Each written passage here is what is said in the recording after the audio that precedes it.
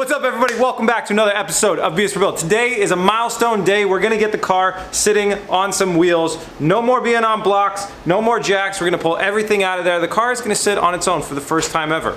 Stay tuned.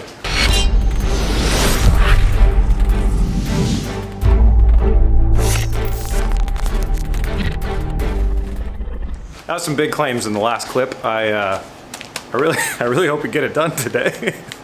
Today's episode is sponsored by Trade Coffee. I assume you guys like coffee. I love coffee. I mainly like coffee for the taste. Chelsea abuses coffee for the energy boost that it gives her in the morning. Trade thinks it's important for people to treat themselves and treat themselves with good coffee. And I definitely agree. I've tried their coffee. They sent me a trial bag, and they didn't ask me to say this or do this, but they sent me a trial bag to use. We drank it all, and I've already ordered more coffee.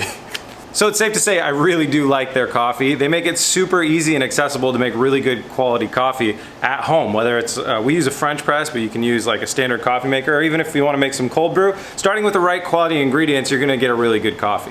Trade has a really unique way of matching you with the right coffee. They have a 6-question quiz that you can take online. It's really fast, it's on their website. And at the end, it'll tell you the coffee that you're most likely to love. It really worked for me. They have a really diverse selection of different coffees and flavors, seasonal coffees as well, that are all ethically sourced from respected farmers and producers. And prices start at only 15 bucks a bag, so it's not gonna break the bank. The only bummer about this is they don't ship outside of the United States right now. They might in the future. So for you coffee drinkers out there, I got a great deal for you guys to get a great bag of coffee suited to your own taste. Trade is giving away 50% off to the first 100 of you guys that click the link in the description and use promo code BUILD. You'll get 50% off whatever coffee is suited for you. So be quick, hit that link, go get some coffee, guys. 50% off that's a huge discount because it's already a good price. All right, Eric's here. We got to get down to work. We're gonna make this car roll around. Arts and crafts time for Eric and I. We need steel to be in here, so we're both going to try our best to trace out cardboard templates that fit perfectly in here, following the angle of the strut tower.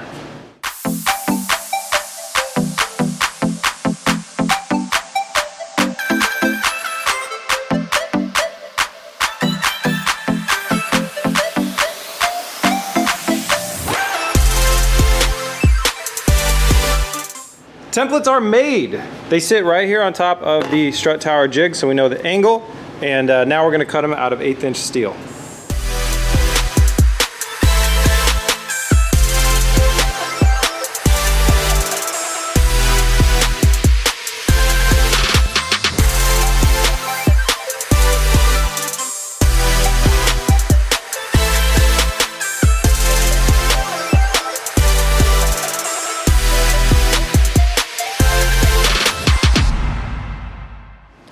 The steel plates have been cut and they're ready to go. So the next step is Eric's gonna weld all the way around on these, TIG weld these on both sides. While he's doing that, I'm gonna drill things in the transmission mount so we can mount it.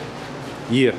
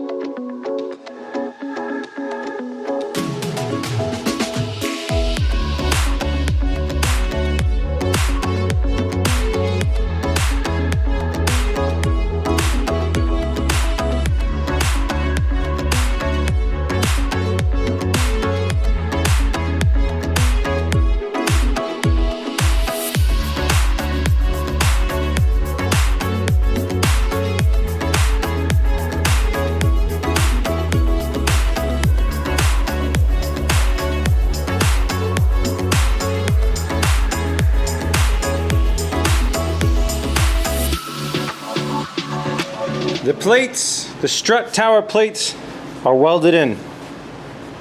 I'm gonna let the camera focus this time so you guys can see Eric's handiwork. It's pretty god dang amazing. And when you look at them both together, that's what I envisioned the whole time. I've been waiting for this moment for a very, very long time. This is so epic. So we got that part done. Now those are both really, really hot. So rather than drilling the strut tower holes out of that right now, we're gonna go ahead and come over here to where I did my handiwork on the drill.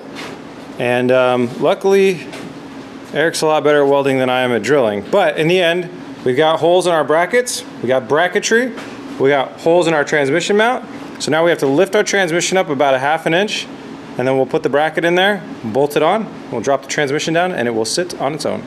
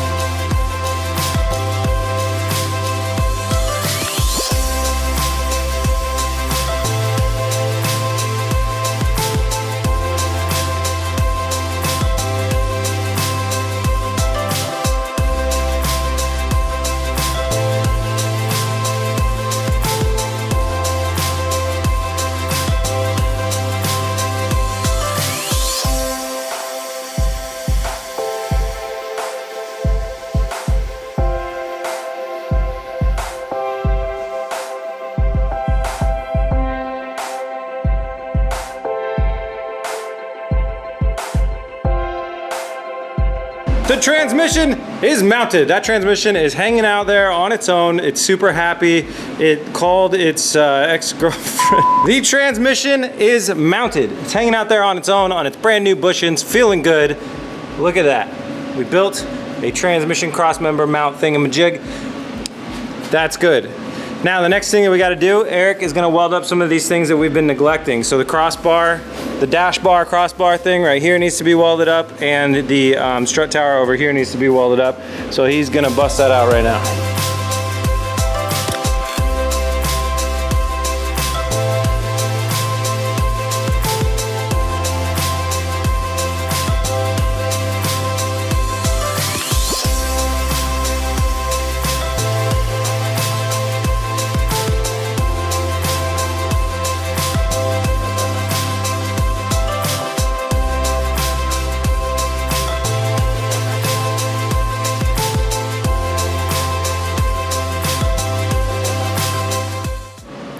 Very pretty, very pretty, very pretty.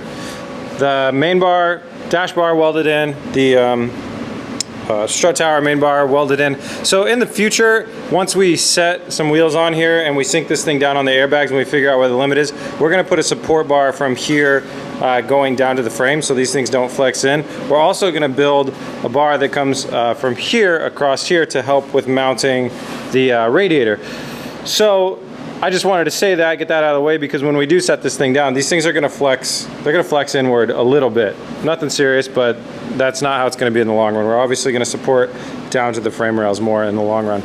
So the next thing that we gotta do, now that these things have cooled down, under here is our pattern for the bolt hole for the strut tower. What we're gonna do is we're gonna mark, measure, and verify that they're exactly identical on both sides, which they should be, because we actually drilled these into the strut towers before we welded this to it, so they were like freestanding in the strut tower. But we want to make sure that they're exactly symmetrical and the same on both sides, and then we'll go ahead and probably, if they are, we'll drill from the bottom actually pilot holes through the top.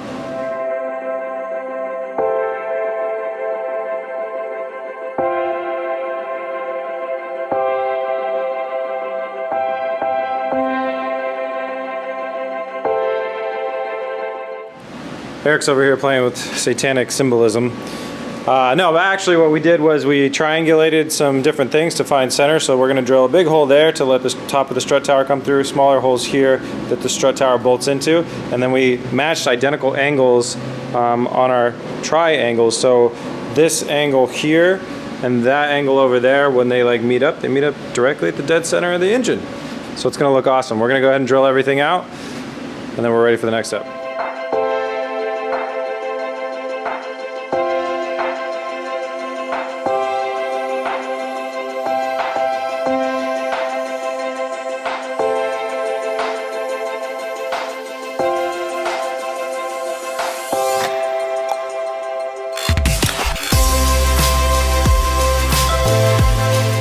We have built a thing of beauty. These look so good. Oh, so that's the sexiest top of a strut tower that there is in automotive history. Anyways, we did awesome. We're pretty great.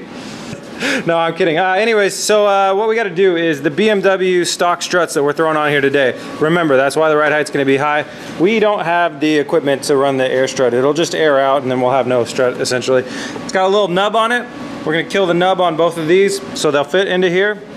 And then we will install the front subframe and fit our strut towers. Whew, we're getting close.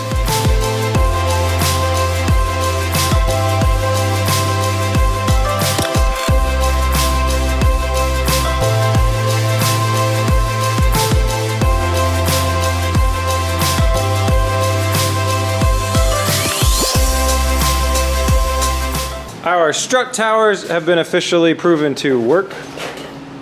They're installed on both sides. I don't know if they work. Well, I mean, they fit a strut. So they fit a strut. We're gonna go ahead and put wheels on all four corners. Now remember, BMW M5 stiff suspension. It's expecting a 5,000 pound car. This isn't one, and much bigger wheels and tires than we're ever gonna run on this car. But let's see what it looks like.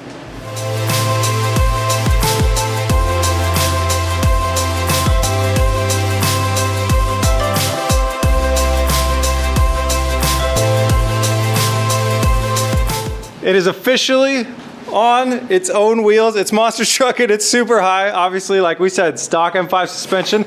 Not meant for a car this light. But Eric, do the push test. The push test. Oh, that's one finger. With one finger. We've got a true roller right here. We've got a roller. It is on its own. It's moving. This is such an awesome milestone. It is hilarious how little these rear springs compressed. We like sat the car down and nothing happened. It was just like...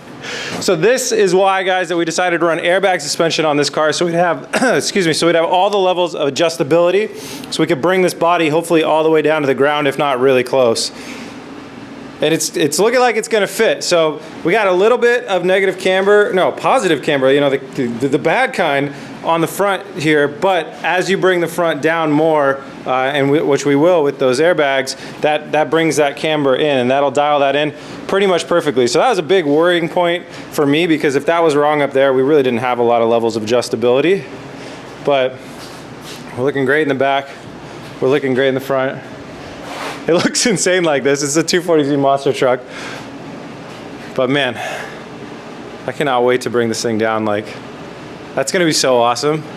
It's almost a foot of drop. Yeah. So Koenig told me, he said, the guys at Koenig shipped me 2 more of the Hypergram wheels. He said, just put any rubber on them you want, do it quickly, get them on the car, and get the car sitting the way that you want. So I'm super excited. Also, we had news from Japan last night from Pandem USA, Rocket Bunny headquarters, that the body kit is in the mail, on its way here, and should be here next week.